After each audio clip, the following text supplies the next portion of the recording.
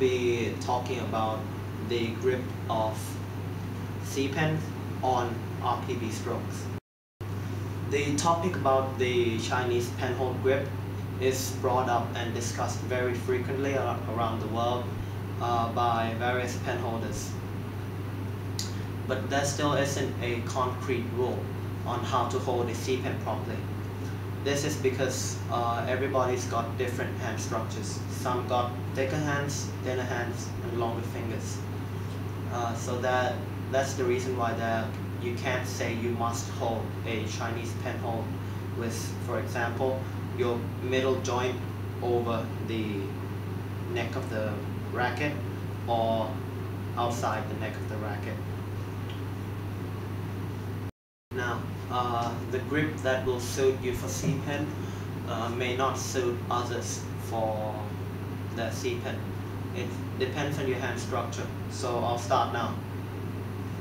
To hold a C pen properly, just exert force with your thumb, mostly from your thumb and your middle finger. Now some people may prefer to exert force from their ring finger as well, and some does it as well to their pinky finger. It's up to your preference, but you definitely need to exert force with your middle finger and your thumb.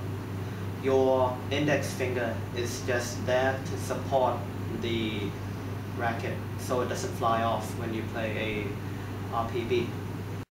So one other problem with holding the RPB with your index finger exerting a lot of force is that when you practice RPB in longer, harder hours, you will eventually blister your index finger, and it is really annoying. I've tried that many times already. I've tried holding the C pen with the index finger holding on to the racket really tightly, and I end up having blisters times after time.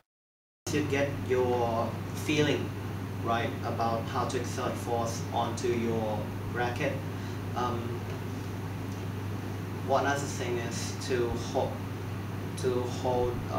the racket exerting force from your middle finger at pretty close to the center of the racket. Now people with shorter hands would hold it, would move their hands up a little bit higher, and people with longer fingers may move their hands down deeper into their rackets. This is again up to your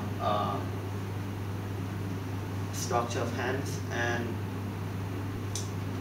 one other thing is, if you've got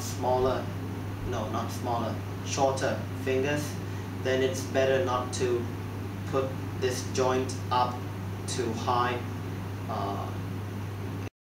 This is because once you move your hand too deep into your racket, it will restrict the mobility of your wrist. As you can see, if your hands aren't that big or your fingers aren't that long, moving your hand deep into your racket would really restrict the mobility of your wrist once playing RPB. So it's not a really good idea doing that, unless you've got longer fingers, which would help.